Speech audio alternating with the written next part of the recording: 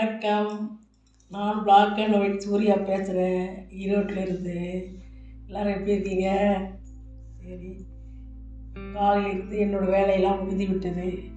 தற்சமயமாக ஒரு நியூஸ் ஒன்று கேள்விப்பட்டேன், ஒரு செய்தி கேள்விப்பட்டேன். ரொம்ப கஷ்டமாக இருக்குது.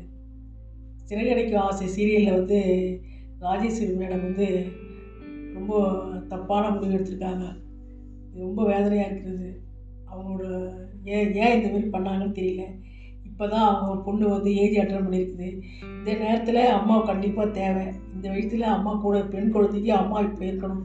முக்கியமாக அம்மா ரொம்ப தேவை. இப்போ போய் இவ்வளோ நாள் கடந்து பையன் டிப்ளமா முடிச்சிருக்கான்றாங்க. இவ்வளோ வயசு தாண்டி கஷ்டப்பட்டு மீண்டு இந்த 2 குழந்தைகளை கொஞ்சம் நினச்சி பார்க்கல. ஏன் இந்த முடிவு பண்ணாங்க?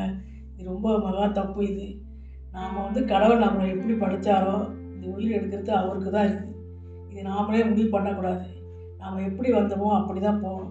இந்தமாரி முட்டாள வேலை பாதியில் பண்ணுறது கொண்டது எந்த இது எல்லாருக்கும் கஷ்டம் இருக்குது. யாரும் கஷ்டம் இல்லாத மனிதர்களே இருக்க முடியாது. ஒரு ரோடுனா மேடும் பள்ளமாக இருக்குது. அதே மாதிரி தான் வாழ்க்கையும் எல்லாம் கடந்து வரணும். அதுதான் நல்லது. இவ்வளோ வயசில் இவங்க இந்தமாரி அவங்களுக்கு 48 வயசு 41 வயசுன்னு சொல்கிறாங்க. அந்த நேரடியெல்லாம் பார்க்கல, சீரியலில் தான் பார்த்தேன். இவ்வளோ வயசு தாண்டி வந்திருக்காங்க. பிறந்து வளர்ந்து எப்படிலாம் இந்த வயசில் இந்த முடிவு எடுக்கலாமா? ஒரு பெண் பிள்ளையை வச்சுருக்கிறாங்க. இப்போ எவ்வளோ வேதனை. அந்த குழந்தைங்களோட கஷ்டத்தை நினச்சி பார்த்தாங்களா? சூசிக்கலாம் பண்ண போகிற அளவுக்கு தைரியம் இருக்குன்னா அந்த அளவுக்கு உங்களுக்கு என்ன மனக்கு வேதனை? அந்த வேதனை முதல்ல யாருக்கிட்டேயும் அவர்கிட்டையும் சொல்லணும். சொல்லிவிட்டு நீங்கள் இந்த முடிவு பண்ணக்கூடாது. எதுக்கு இந்த முட்டாள முடிவு? உங்களுக்கு அந்த மாதிரி எண்ணம் வந்ததுன்னா உடனே யாருக்காவது ஒருத்தர்கிட்ட நீங்கள் பேசுங்க. பேசிட்டு என்ன முடிவு பண்ணுங்கள். கொஞ்ச நேரத்தில் சிந்தனை மாறும். இது ரொம்ப மோசமான முடிவு.